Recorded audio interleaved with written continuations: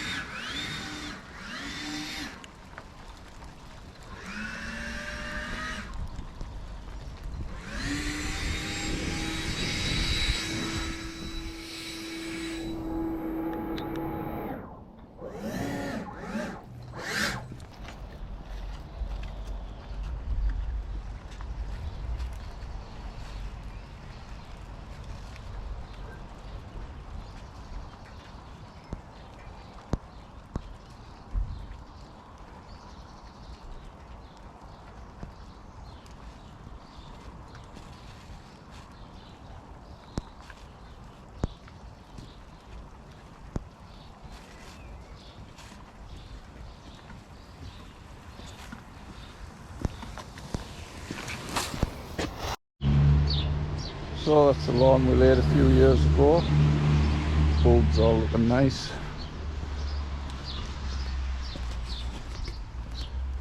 Bed's all tidy. Paths are another task, but we'll put some weed killer down. Lawns are looking crisp, as are the edges.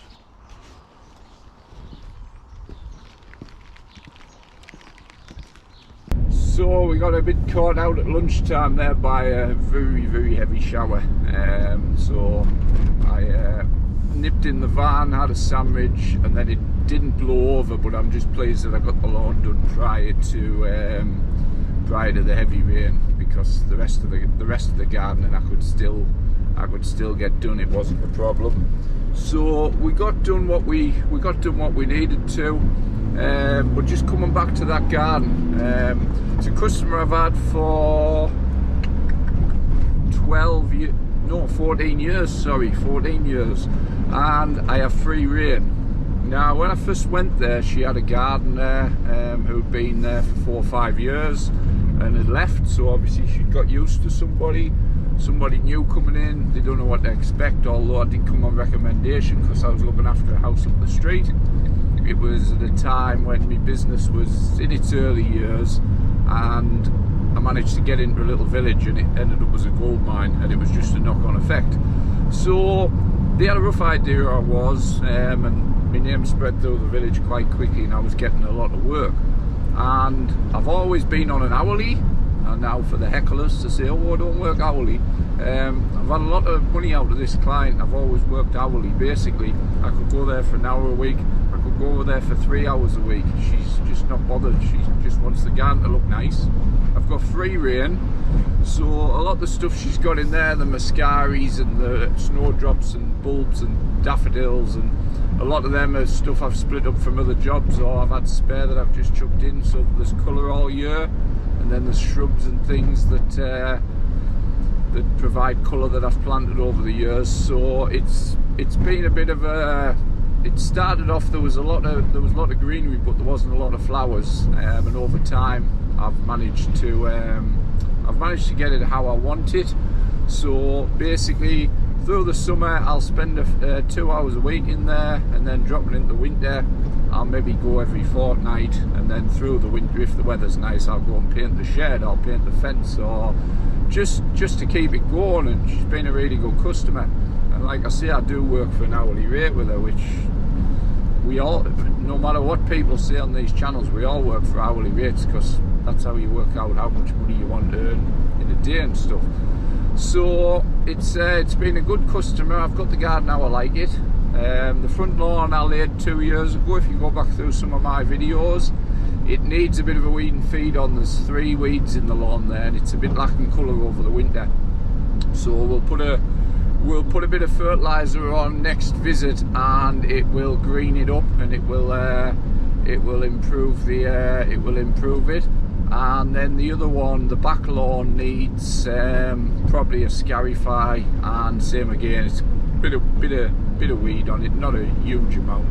So we'll put a bit of weed and feed on the back lawn as well. But apart from that, the stripes are there. It looks well from sitting in the house. If they're sitting in the house having something to eat or something and looking out, it looks well.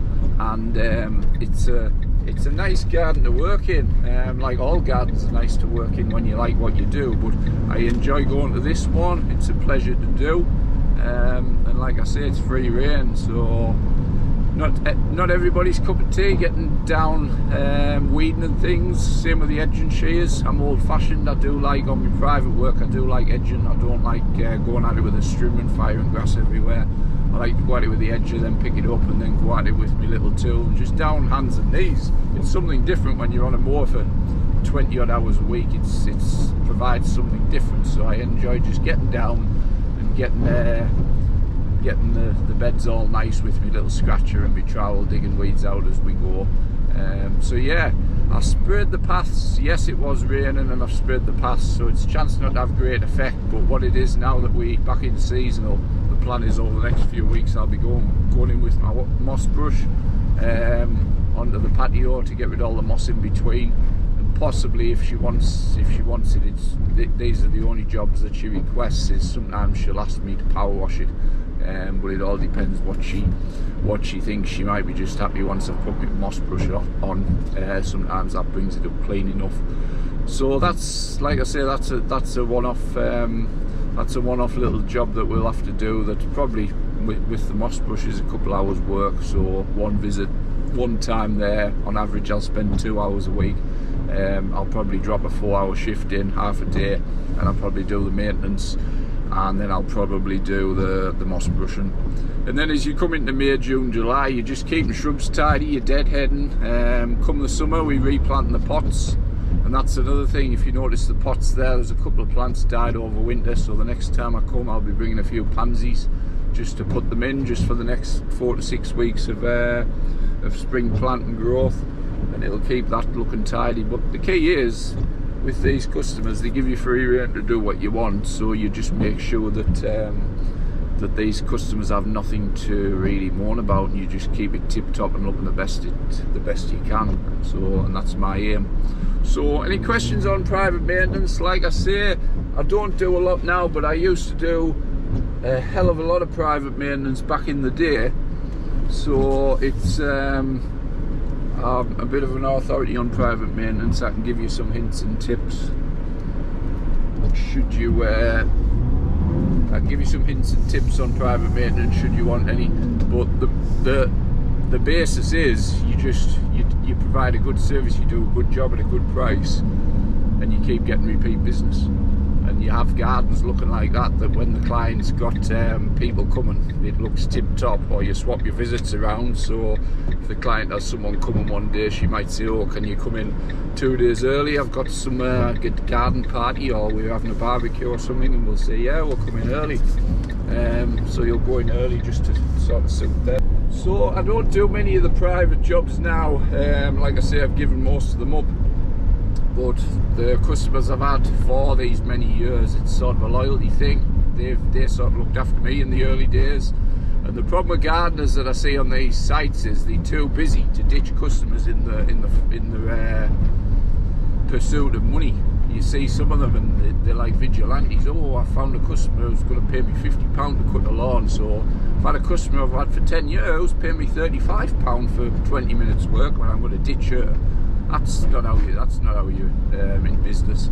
And anybody who's on the Pro Gardeners, the Lawn Care Legends, you'll know there's 1 or 2 notorious people on there who charge £10,000 a day for work, and they only in work 1 or 2 days, and then they're scratching about for work. And that tells you something, that the business model of being greedy doesn't work.